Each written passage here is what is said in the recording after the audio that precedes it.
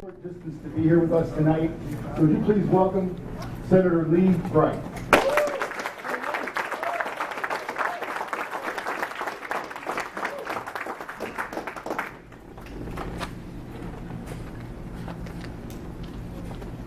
I'm going to start my. Are we on? Can you hear me? Okay. I'm going to start this little clock because sometimes I run a little over.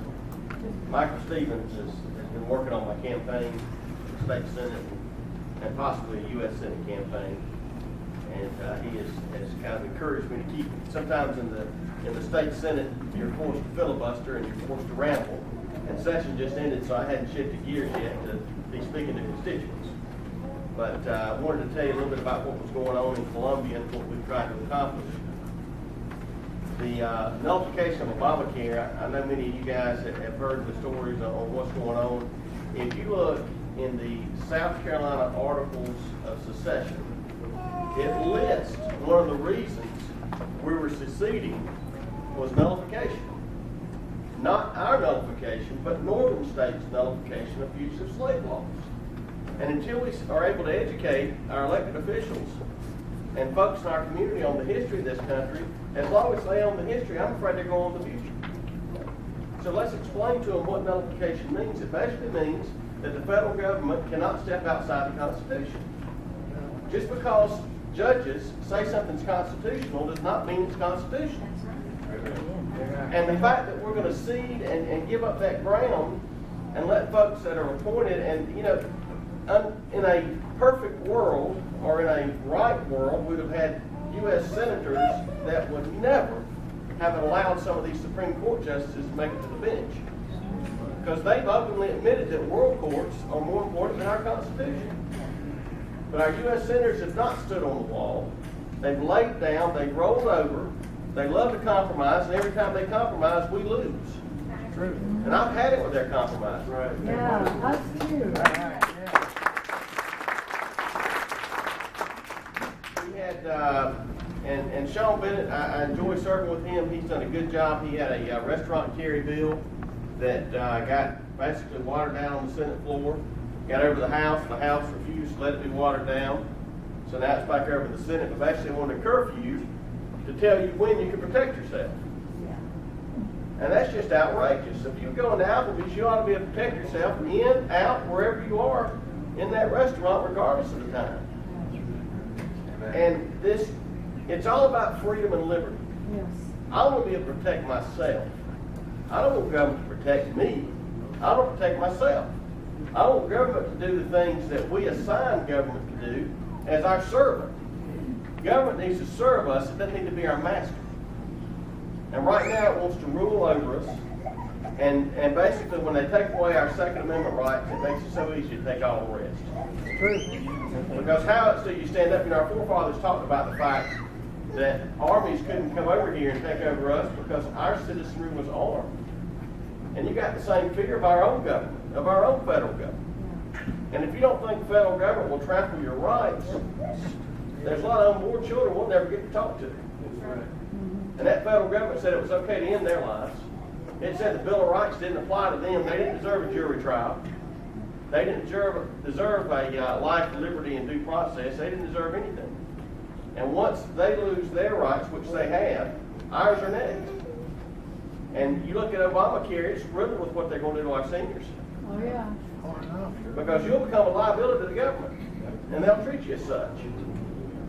Because the government, when it takes the role of God, which it has, when it takes care of our seniors, when it takes care of our children, this Common Core, and Michael Stevens is going to give me a lecture afterwards because I was ordered to stay on 3 points, but I've been inspired by Billy, what he had to say, and he got up here and just got me kind of on fire.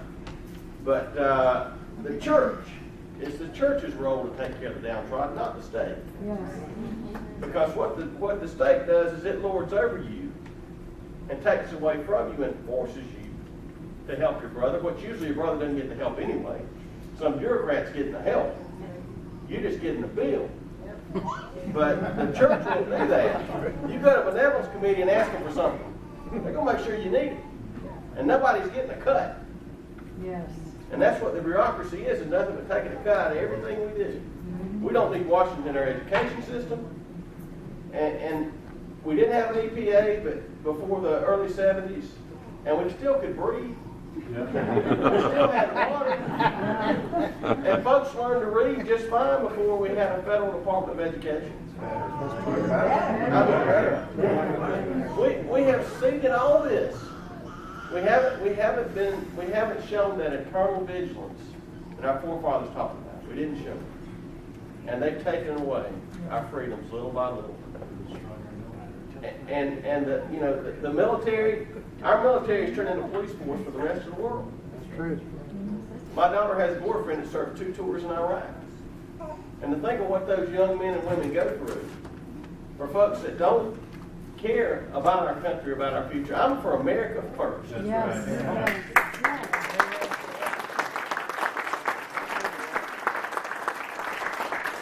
We can't expect the rest of the world to look out for us. So the best thing we can do for the world is keep America free. Yes. Amen. And I've said this before, and I believe this with all my heart, and that is that I believe the West is the hope of the world. And I believe the South, and the U.S. obviously is the hope of the West. And I believe the South is the hope of the U.S., and I believe South Carolina right here is the crown jewel. And the rest of the country is looking to us. Yeah. That's what this U.S. Senate election is going to be about. And I haven't announced. I've got a situation. I started in politics. I was a very successful businessman. And that has gone the other way, like many of you have faced the tough times. And I know what a toll it's going to be on my family if I decide to take this step into the ring. So I'm having discussions and I'm meeting with groups like you guys to see how much support there is out there. Because I believe we will get support from around the country, but they got to see there's a fight to be won. Because there's other senators they want to place around the country that they feel like are conservative, and they're right. So we've got to take this country back because we're in a fight right now in our own party. We can go to the way of Rand Paul and Ted Cruz, or we can go to John McCain and Lindsey Graham. And that's the choice for the future of America. And if we don't make the right choice, I think we're on the road to decline. And this immigration bill is going to set that in motion. And all the Democrats are going to give us advice. And this is where, and Michael, I'm going to get a chewing out all the way back to Spartanburg after I leave, because I'm jumping all over the board. But, I mean, the world's upside down. We're looking at the Democrats to tell us how to elect another Republican president. That's right. Yeah. We're going over here to God-fearing, patriotic Americans saying, come to SLED or whoever else, and we'll tell you if you've got a right to defend yourself. Yeah, right. But we'll go over to Syria and say, here, Mr. Terrorist, we think you're on our side. Have some weapons. Yeah. I mean, it's crazy. And we've let them take control. We got to take it back. And you hear it back there? They don't have a vote in all of this. They're depending on you. That's right. And you talk about taxation without representation, that's what this $17 trillion debt is. That's all it is. They're going to get the bill. And those of us, many of you, of course I had a business that didn't do quite well and had tough times, and I wasn't able to really put back. But those folks that have been able to save and been able to acquire wealth, guess what's going to happen? They're going to monetize that debt. And that $100, I took a trip abroad and came back and had some pesos. And I told my daughters, I said, I'm going to give y'all 100 pesos apiece.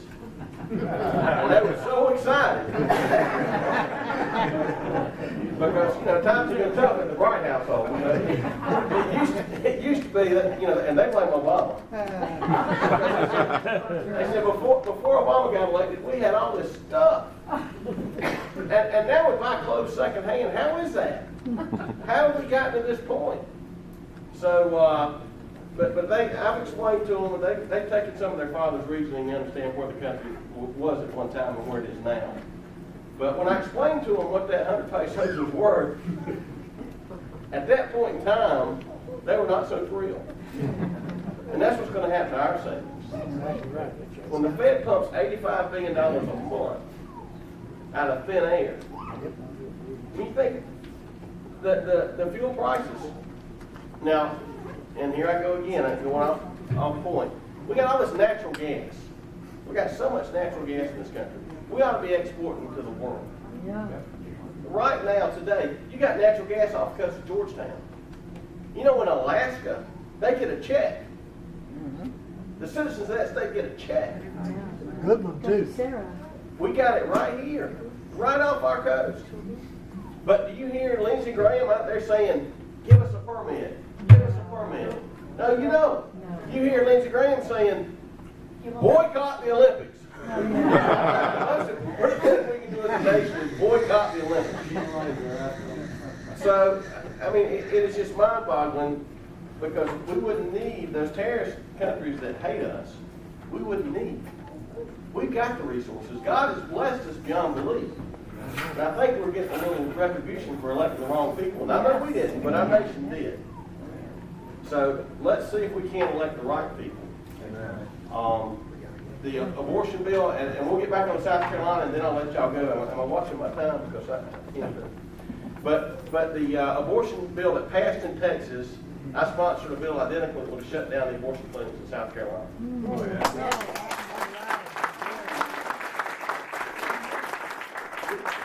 We could not even get it out of subcommittee. Yeah. It failed in subcommittee with a 3-2 vote. Get it done. They're not. We had, well, you got 14 former Democrats. Now you're down to, I think, 12 former Democrats. I mean, a lot of folks switched parties, but they didn't switch how they voted. That's right.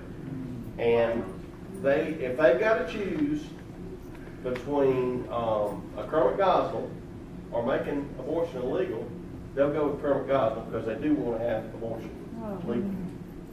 And it's a fight we fight every day. I fought in Columbia.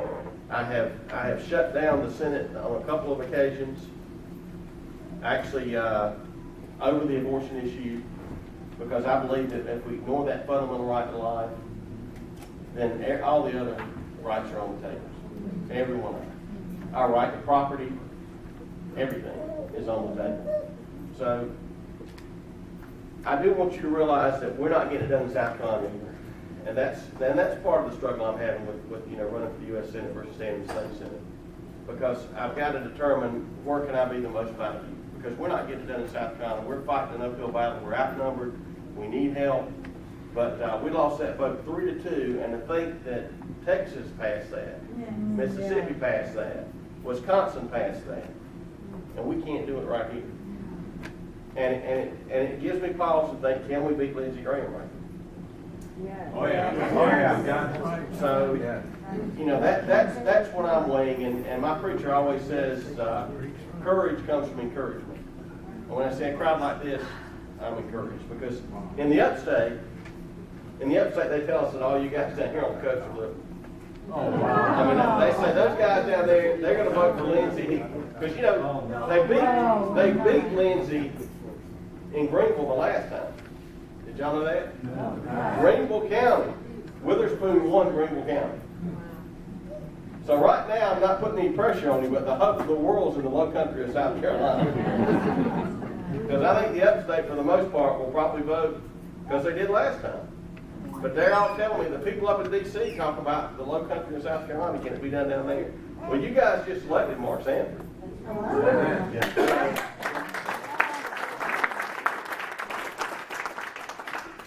I think when you point to that, and you point to and I've been down here, and I see as much enthusiasm, if not more, down here than I see in the upstate. So, and I told them that. They look at me with, heads cocked sideways, but I keep telling them, they got me up down here, and after this meeting that you guys had in Columbia, I'm sure you're reassuring some of the brethren in the upstate. It's warmer down. It is warm down here. Well, I love it down here, and I plan on coming down plenty here the next little bit, and I love having the opportunity to speak in front of you. I do want to just briefly touch on bonds, and then I'm done. The debt that we talk about, this is the thing we're dealing with on the state level too. We just passed a bond bill. Been signed. We could have gotten the money that we needed out of the budget. I had an amendment that got 14 votes that took 10% across the board of what we could cut. Now, certain items in the budget are constitutional, like salaries of constitutional officers. We can't touch that. But of the money we could touch, it would have brought in about $600 million for our roads. We got 14 votes in the Senate. And Senator Bennett voted with me on that, so thank him for that. That was a tough stand because, of course, they trotted out. They said, what are you going to do, about the nursing homes, and what are you going to do about the children, and what are you going to do about this or that? Because and I'll sum up the speech on government's responsibility and government's role, is whatever needy group the government takes care of, that's the first ones they threaten when you try to get the budget under control. They all become hostages, and they threaten the hostages. So I appreciate y'all having me here tonight, and I look forward to meeting y'all, getting to know you a little bit more. This race is something that we are very close to a decision, probably in the next few days. I would love to see a Trey Gowdy or a Jeff Duncan or somebody like that step up on a congressional level, but I don't think they're going to do it. And I do think he needs to be challenged, and right now with the current field, I feel like that of what I've heard out there, I think I would be the best candidate for that. So that's why I'm considering it very strongly, and we'll have a decision here within the next couple of weeks. Yes, ma'am. You said about a group, said something about, well, they want to know if we have a fight down here or something. And I can't speak for everybody in this room, but we need to know that we have a fighter that will not get co-opted, that will not go back. I sat and listened to Marco Rubio. He was 10 feet from me. And now what do we have? We have been betrayed and betrayed and betrayed. So if there's some way you can prove that you are not going to get co-opted, I think you will have tremendous support. I have spent 5 years in the state senate. I have voted against every budget. I voted to sustain every veto. This time I have voted, the only veto I voted to override last time was there's a what they call a legislative audit council. And I make this speech many times on the Senate floor. We need more eyes watching what the government's doing than the government watching us. Yeah. And that's what that legislative audit council does. So and I don't know why Governor Haley vetoed their increase, but I would fund that to the hilt, because they find, every time they audit something, they find abuse. Every time. So I voted to override that veto. I think that was the only one last year. And, Governor Sanford endorsed me when I ran for the state senate. Ron Paul endorsed me the last time. I mean, and the reason I endorsed Ron Paul in the presidential election, I had a talk with Mark Sanford, and a lot of his ideas came from Ron Paul as far as on the fiscal side, on how we should run our government and the role of government. That's true. And I'm just a firm believer that, government, people always say you got to spend money to make money, you need to run government like a business. No, government is evil.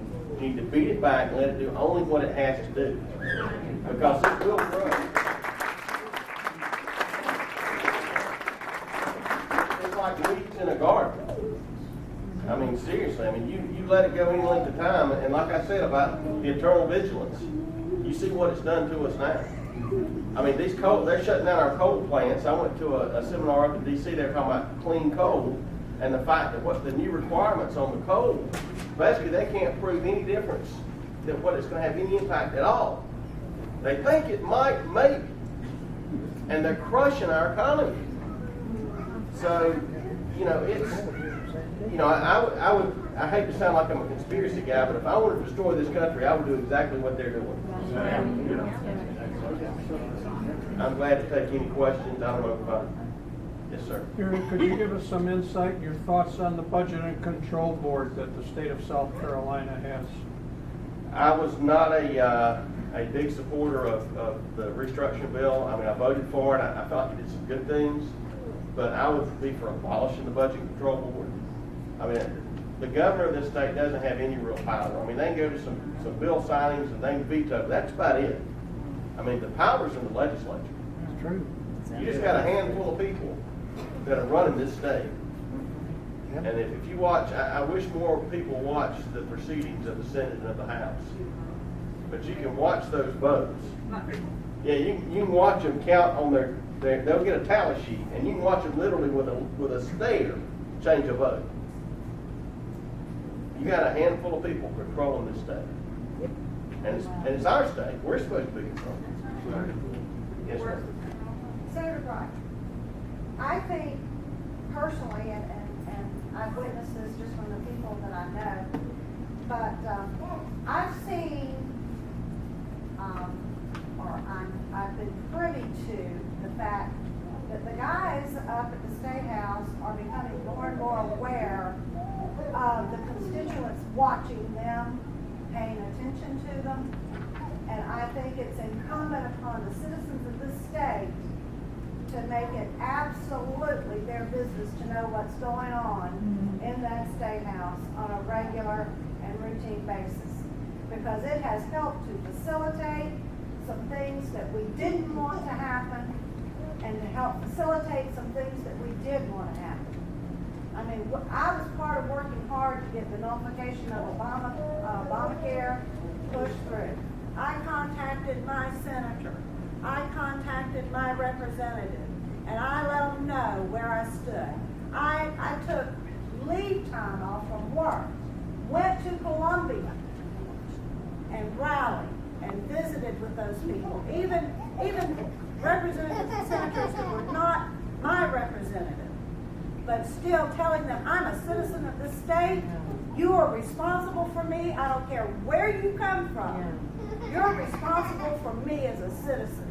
And how you vote matters. And if we don't get real,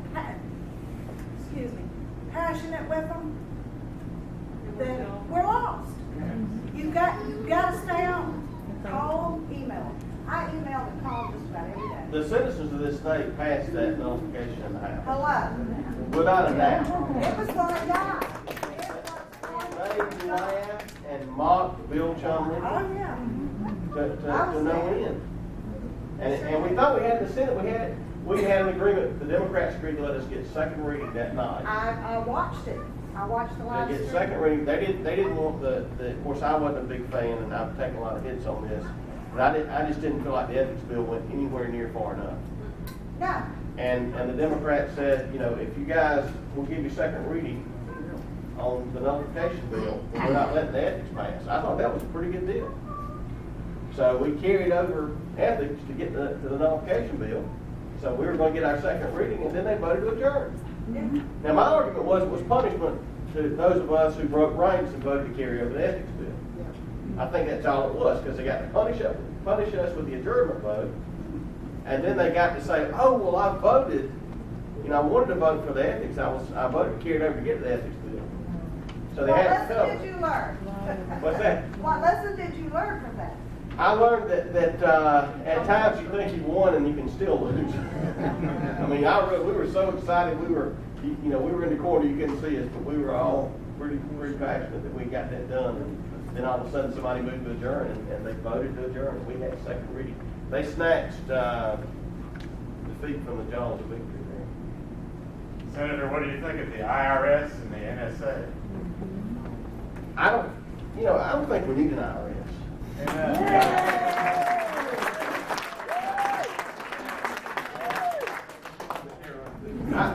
I've talked to accountants. I'm trying to look at the downside of not having an IRS. What's the downside? Yeah, there's got to be there's something I'm missing. So I talked to an accountant and I said, you guys don't want us to get an IRS, do you? And he said, no, we'll find other stuff to do. I mean, businesses need accounting. I mean, they need cost accounting. Imagine the economic energy we'd have in this country with that burden off our backs. Yeah. I mean, think of the fear we have of those guys. Think of what they've gotten away with. Yeah. And now they're going to be basically running the healthcare system. I mean, the time is now. Like I said, it's not the best of times for me, but I do feel like that the country is really in the balance. And the question you have was a very good question. How do we know we can trust you? How do we know we can depend on you? And my voting record is bulletproof. I mean, I have 100 with the Club for Growth, which is the most pro-growth, business growth organization, but yet I have a terrible grade for Chamber of Commerce. I am not a crony capitalist. I think that everybody ought to compete. The best ideas will win. And we shouldn't be subsidizing. You know, businesses fail and succeed all the time. I mean, it happens. I mean, you read the history of the founders of this nation, the men that built America, I don't know if any of you guys have seen that, but I mean, you look at what they went through. And I mean, they failed. I mean, people have failed, but that's what capitalism's all about. That's what America's all about. You get back on your feet and you try again. And that's how you succeed, and that's how you test things. Not with billions of taxpayer dollars, like we've done with this alternative energy. I mean, you think about the scams that's been perpetrated on the people of this country. I mean, it's been scams. People have gotten filthy rich and not produced anything. And it's not right. I agree. All right. I will warn y'all out. With regard to the military, I know you're not a U.S. Senator yet, but if you do become U.S. Senator from South Carolina, with regard to the military, the President is reducing the Army by over 85,000 troops. I'm not sure what he's doing to the Air Force and the Navy, but I know that they're being reduced also. 19,000. The Navy's at a lower level than it was in 1917, as far as ships goes. We are going to have more former Soviet troops, actually Russian troops in the United States, than we will have U.S. troops. What would you do as senator to stop that? It's America first. It's defending our people. That's all the federal government's supposed to be doing anyway. Yes. That's what the Constitution was intended, was to protect our borders, which they're not doing, Yes. and defend us. And let me tell you, I don't mind if U.S. Airways wants me to take all my clothes off, which I'm sure they wouldn't be a big crowd, but if they wanted to get on their airplane, I'll deal with it, because it's their airplane. But I don't want the federal government to tell me to take my shoes off. There you go. Yeah. And all that is more federal employees. And I'll tell you, this thing of adding all these border agents, that's more federal employees. That's more federal union type employees that are going to be on the government dole and be forced to vote for their own raises if they want. And you got all that going on with our public schools. I mean, people vote away the possessions of others, and they feel entitled to it. It's coveting, and it's not right. Yes. Yes, sir. The FEMA deal